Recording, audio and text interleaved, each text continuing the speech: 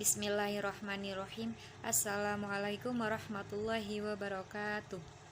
Alhamdulillahirabbil alamin wassalatu wassalamu ala asrofil anbiya'i wal mursalin sayyidina Muhammadin wa ala alihi wasahbihi ajmain, amma ba'd.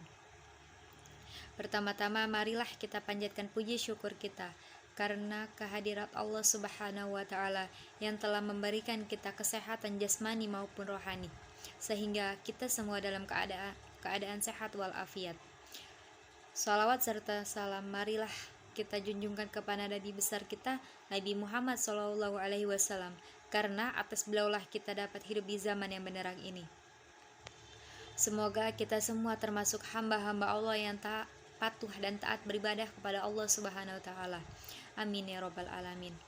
Baiklah, di sini saya selaku dari kelompok 7 yang beranggota 3 orang. Dwi Putra Oktaria, yaitu saya sendiri, yang kedua Ersa Septiani dan Agung Rahmat. Di sini kami ingin menyampaikan materi Quran Surah Al-An'am ayat 82 dan Quran Surah Al-Baqarah ayat 45 berkaitan dengan memelihara kesehatan mental.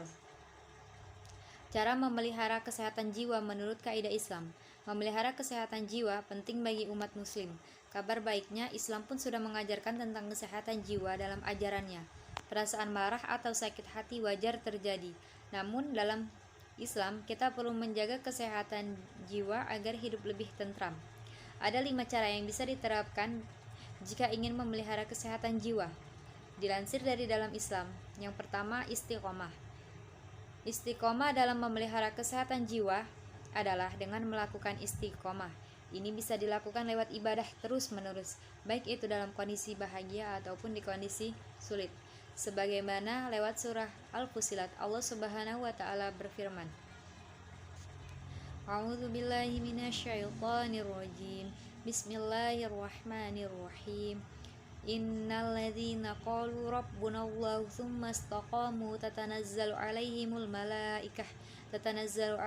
malaikatu alla takhafu wa la tahzanu wa abshiru bil jannati allati kuntum tu'adun, yang artinya sesungguhnya orang-orang yang mengatakan Rabb kami ialah Allah, kemudian mereka istiqomah pada pendirian mereka, maka malaikat akan turun kepada mereka dengan mengatakan, janganlah kamu merasa takut dan janganlah kamu merasa sedih, dan bergembiralah kamu dengan memperoleh surga yang telah dijanjikan Allah kepadamu. Quran Surah Fussilat ayat 30. Yang kedua, perbanyak amal kebaikan.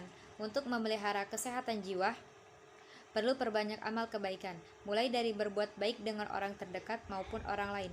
Hal ini diungkap oleh hadis riwayat Bukhari, bahwa berbuat sesuatu yang tepat dan benarlah kalian. Dan amal yang paling dicintai Allah adalah amalan yang terus-menerus meskipun sedikit.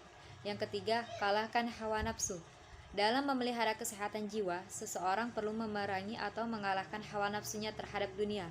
Meski banyak godaan yang sulit dihindarkan, jika niat karena Allah Subhanahu wa taala, tentu semua akan dimudahkan. Sebagaimana yang diungkap oleh hadis riwayat Tabrani, bahwa setiap amal itu pasti ada masa semangatnya, dan setiap masa semangat itu pasti ada masa futurnya. Barang siapa dalam kemalasannya masih dalam sunnah Nabi, maka dia berada dalam petunjuk. Yang keempat, apapun yang terjadi, ingatlah Allah Subhanahu wa taala dalam keadaan apapun. Jangan lupa libatkan Allah Subhanahu wa taala di setiap perjalanan. Jangan hanya datang saat sedih saja, melainkan saat bahagia harus libatkan Sang Pencipta. Hal ini diungkap oleh hadis riwayat Hakim Syekh Al-Albani, bahwa kenalilah Allah di waktu lapang, niscaya Allah akan mengenalimu setiap ketika susah. Yang kelima, ingat kehidupan akhirat dunia hanya sementara, maka ingatlah selalu tentang akhirat dengan membekali amal kebaikan dan juga ibadah, sebagaimana yang diungkapkan lewat surah An-Nahl ayat 97. A'udzubillahi minasyaitonirrajim. Bismillahirrahmanirrahim. Man 'amila shalihan min dzakarin aw untha wa huwa mu'minun falanuhyiyannahu hayatan thayyibah wa lanajziyannahum ajrahum bi ahsani ma kanu ya'malun, yang artinya barang siapa mengerjakan amal soleh dalam keadaan beriman, maka kami akan berikan kepadanya kehidupan yang baik dan pahala yang jauh lebih baik dari apa yang mereka kerjakan. Mungkin ini saja materi yang dapat saya sampaikan. Materi selanjutnya akan dilanjutkan kepada saudari Ersya Septiani. Baik, perkenalkan nama saya Ersya Septiani dengan NIM 2030502092 dari kelas 252 BPIC. Baiklah, di sini saya akan kaitkan cara memelihara kesehatan mental dengan Quran Surat Al-An'am ayat 82. Quran Surat 82. Bismillahirrahmanirrahim. Allazina amanu walam yalbisu wa imanuhum bizulmin ulaika lahumul amnu wa hum muhtadun, yang artinya orang-orang yang beriman dan tidak mencampur adukan iman mereka dengan syirik. Mereka itulah orang-orang yang mendapat rasa aman dan mereka mendapat petunjuk. Kosakata Quran Surat Al-An'am ayat 82. Yang pertama, mufradat, amanu, yang artinya beriman. Yang kedua, zul, yang artinya zolim. Yang ketiga, hum, yang artinya mereka. Yang keempat, al-am, yang artinya keamanan. Dan yang terakhir, allazi, yang artinya yang. Asbabul nuzul Quran Surat Al-An'am ayat 82. Ibnu Abi Hatim meriwayatkan dari Ubaidillah bin Zuhar dari Bakar bin Sawaadah. Ia berkata, Surat Al-An'am ayat 82. Ibnu Abi Hatim meriwayatkan dari Ubaidillah bin Zuhar dari Bakar bin Sawaadah. Ia berkata, seorang musuh menyerang orang-orang Islam dan ia berhasil menewaskan satu orang. Kemudian ia menyerang lagi dan berhasil membunuh seorang lagi. Lalu ia kembali menyerang dan berhasil menewaskan seorang lagi. Selanjutnya ia pun bertanya, setelah apa yang kulakukan ini, apakah aku masih bisa masuk Islam? Rasulullah Shallallahu Alaihi Wasallam, ya.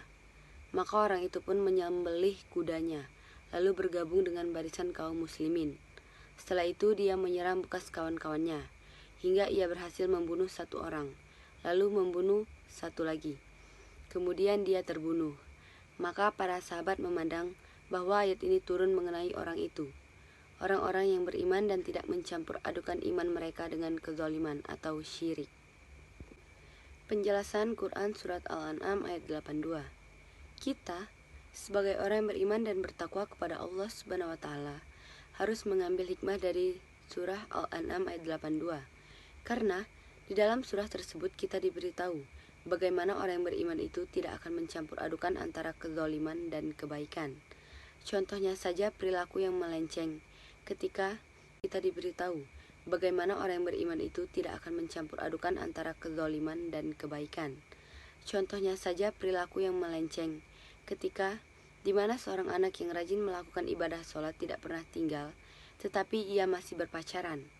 Itu sama saja mencampur adukan kebaikan dan kezaliman, di mana yang kita tahu bahwa berpacaran itu dilarang oleh agama Islam. Mungkin itu saja penjelasan dari saya. Lebih dan kurangnya saya mohon maaf.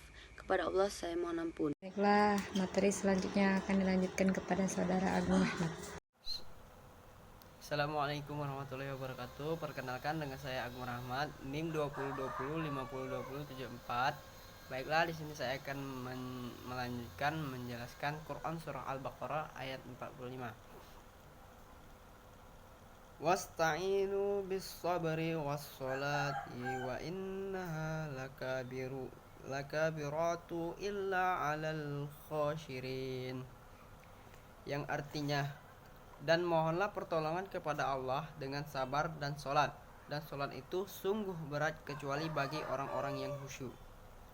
Kosakata dari Quran surah Al-Baqarah ayat 45, ba yang artinya dengan, sabri yang artinya sabar, was-sholati yang artinya dan sholat, illa yang artinya kecuali, lakabiratu yang artinya sungguh berat. Asbabun nuzul dari ayat ini adalah mengenai kecaman kepada pemuka-pemuka agama Yahudi yang sering kali memberi tuntunan tetapi melakukan sebaliknya. Penjelasan tentang Quran surah Al-Baqarah ayat 45. Mengerjakan kebaikan tidak semudah mengucapkannya. Menghindari larangan pun banyak hambatannya. Karena itu, ayat berikut menuntun dan menuntut agar membekali diri dengan kesabaran dan doa. Apapun konteksnya, munasabah, ayat memerintahkan mintalah pertolongan, yakni kukuhkan jiwa kamu dengan sabar, yaitu menahan diri dari rayuan menuju nilai rendah.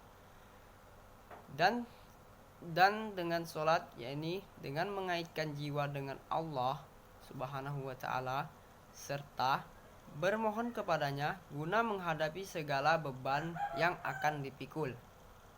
Sungguh berat, kecuali bagi orang-orang yang khusyuk, yaitu orang-orang yang tunduk dan hatinya merasa tentram dengan berzikir kepada Allah Subhanahu wa ta'ala.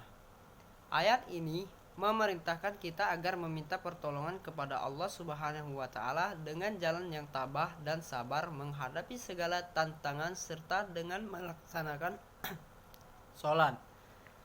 Karena itu, jadikanlah ketabahan menghadapi segala tantangan bersama dengan sholat,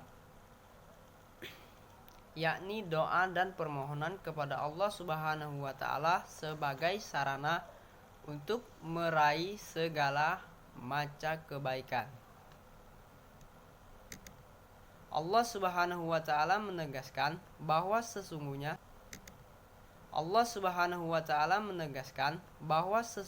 sabar dan sholat sangat berat kecuali orang-orang yang khusyuk.